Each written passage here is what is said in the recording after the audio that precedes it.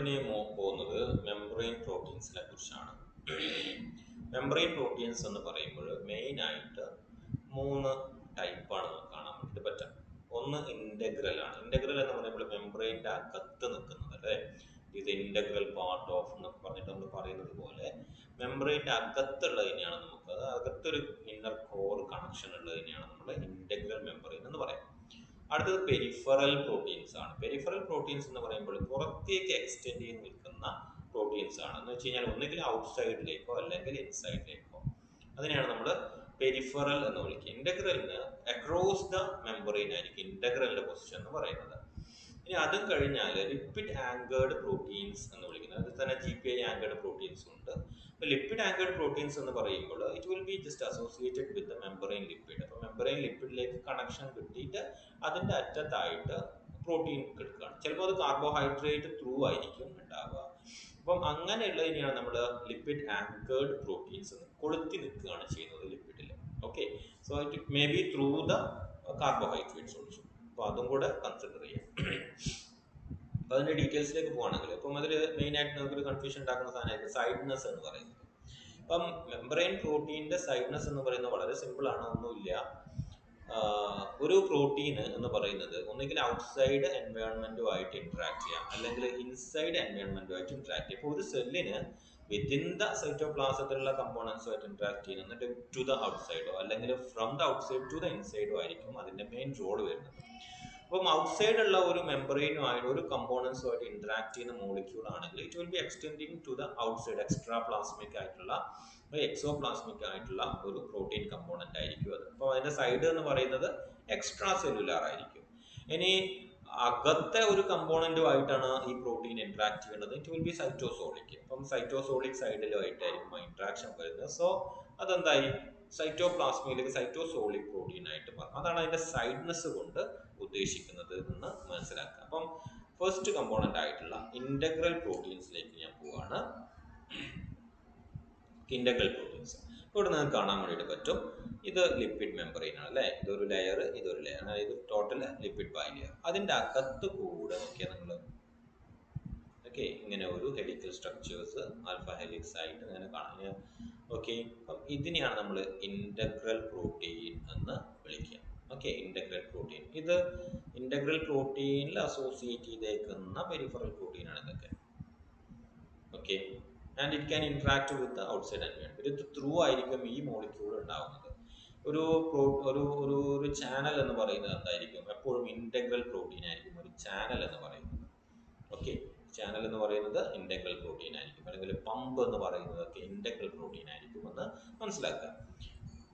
നിങ്ങളിവിടെ നോക്കിയേ, ഇവിടെ ഒരു മെംബ്രെയിൻ സ്പാനിങ് പ്രോട്ടീൻ ഇവിടെ കാണുന്നുള്ളൂ അല്ലേ. ജസ്റ്റ് ഇവിടെ നോക്കിയേ, ഒരേ സിംഗിൾ പ്രോട്ടീൻ്റെ ഭാഗമാണ് നമുക്ക് മനസ്സിലാകുന്നത്. കാരണം വെച്ച് കഴിഞ്ഞാൽ ഇവിടെയൊക്കെ എന്താണ് കണക്ഷൻ കണ്ടിന്യൂസ് ആണ് അല്ലേ. ഓക്കെ, കണ്ടിന്യൂസ് ആണ്.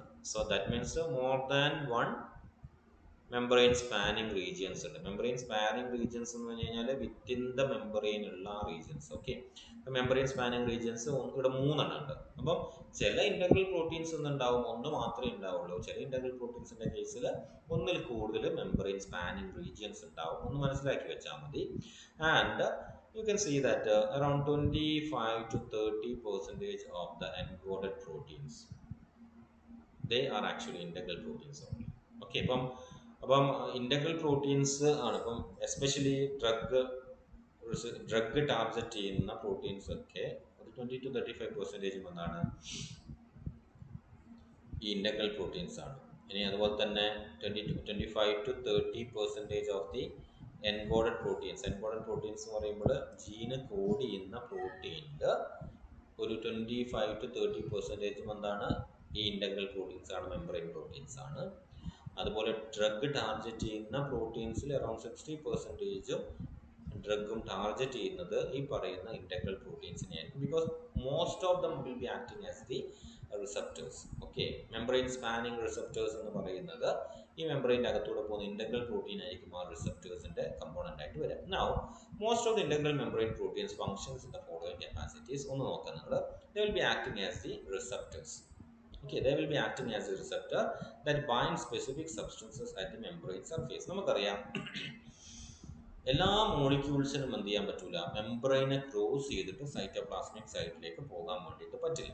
അപ്പോൾ ഇൻ സച്ച് കേസസ് ആ മോളിക്യൂള് കൺവേ ചെയ്യുന്ന മെസ്സേജ് സെല്ലിൻ്റെ അകത്തേക്ക് എത്തണമെങ്കിൽ it should bind to receptor and receptor will be communicating the message to the inside of the cell. ഇപ്പം സ്റ്റിറോയിഡ് ഹോർമോൺസ് ആണെങ്കിൽ it can easily cross the cell membrane and it can reaches the nucleoplasm or even cytoplasm. Okay, അത് മാറിയിട്ട് ഒരു protein, ഒരു peptide ഹോർമോണോ അല്ലെങ്കിൽ peptide hormone അല്ലെങ്കിൽ ഒരു peptide hormone ആണെങ്കിൽ ഡെഫിനറ്റ്ലി എന്തായിരിക്കും സംഭവിക്കുക, it cannot cross the membrane because membrane hydrophobic nature ആണ്, പെപ്റ്റൈഡ് ഹോർമോണിന് ഹൈഡ്രോഫിലിക് നേച്ചർ ആണ്. സോ അതെന്ത് ചെയ്യും, അത് ക്രോസ് ചെയ്യാൻ പറ്റില്ല. So definitely it has to convey the message through the receptor, and that receptor will be nothing but the integral proteins.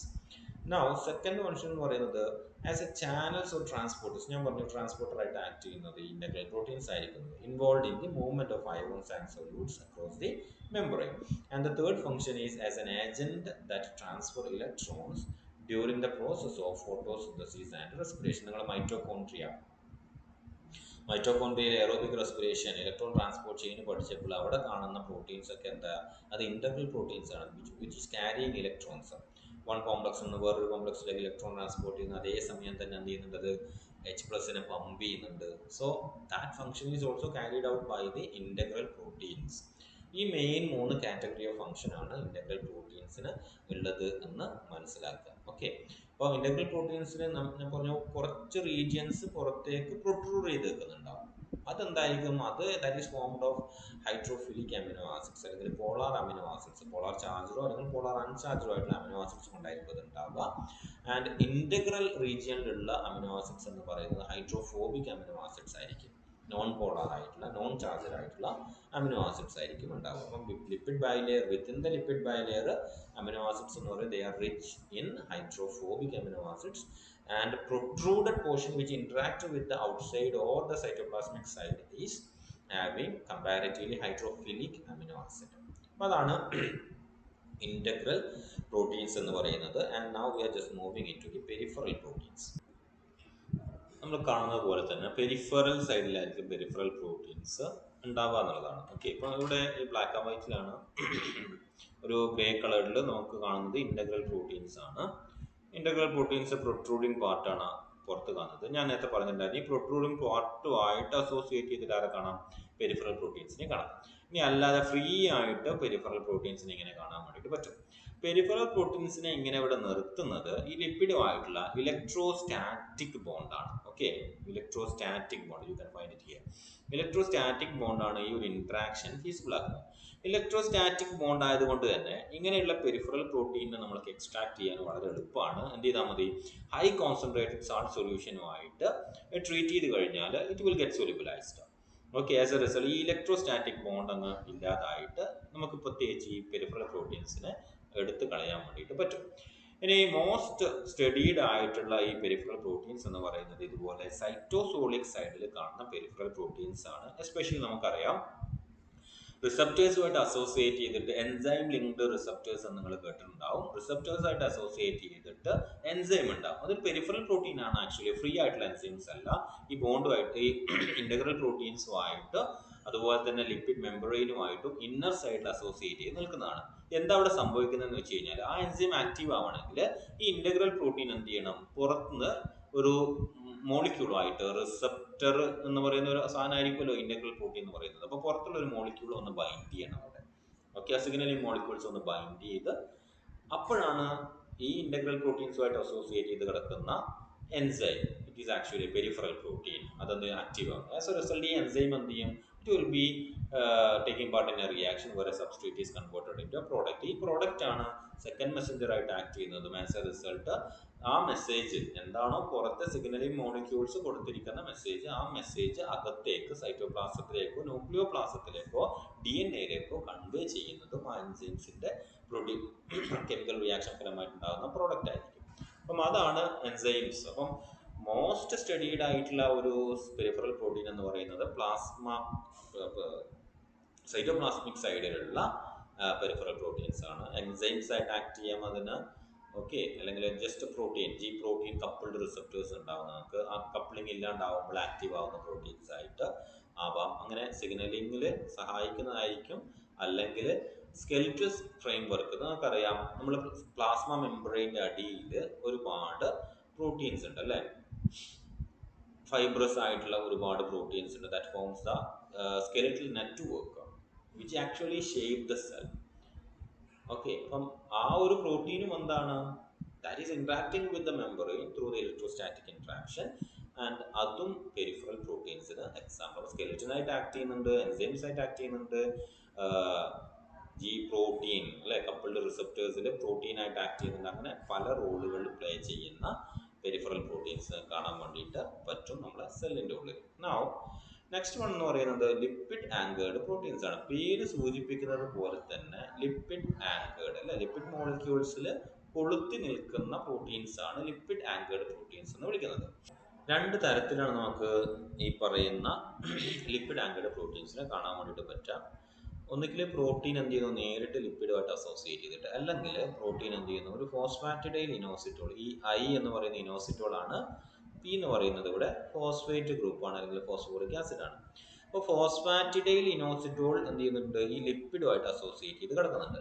Okay, നമുക്കറിയാം ഇവിടെ ലിപ്പിഡിന്റെ ഈ ഫോസ്ഫോലിപ്പിഡിന്റെ ഹെഡ് ഗ്രൂപ്പിൽ it is there, phosphate group is there, അതുമായിട്ട് അസോസിയേറ്റ് ചെയ്ത് inositol ഉണ്ട്. അപ്പോൾ ഫോസ്ഫാറ്റിഡൈൽ ഇനോസിറ്റോളുമായിട്ട് lipid associate ചെയ്ത് കിടക്കുന്നു. ഈ ഫോസ്ഫാറ്റിഡൈൽ ഇനോസിറ്റോളിലേക്ക് എന്ത് ചെയ്യുന്നു, ഒരു കാർബോഹൈഡ്രേറ്റ് ചെയിന് ലിങ്ക് ചെയ്തേക്കുന്നു. ഈ കാർബോഹൈഡ്രേറ്റ് ചെയിനിലേക്കാണ് ആര് അറ്റാച്ച് ചെയ്തേക്കുന്നത്, ഈ ഒരു ആങ്കേർഡ് പ്രോട്ടീൻ അറ്റാച്ച് ചെയ്യും. ഇങ്ങനെ ഒരു കോംപ്ലക്സ് ഉണ്ട്, അല്ലെങ്കിൽ നേരിട്ട് അറ്റാച്ച് ചെയ്യുന്നതുണ്ട്. അപ്പം ഇങ്ങനെയാണ് അറ്റാച്ച് ചെയ്തേക്കുന്നുണ്ടെങ്കിൽ നമുക്ക് എന്ത് പറയാൻ വേണ്ടിയിട്ട്, ഇത് ഗ്ലൈക്കോസൈൽ ആണ് അല്ലേ, കാർബോഹൈഡ്രേറ്റ് ഉണ്ടെങ്കിൽ അത് ഗ്ലൈക്കോസൈൽ.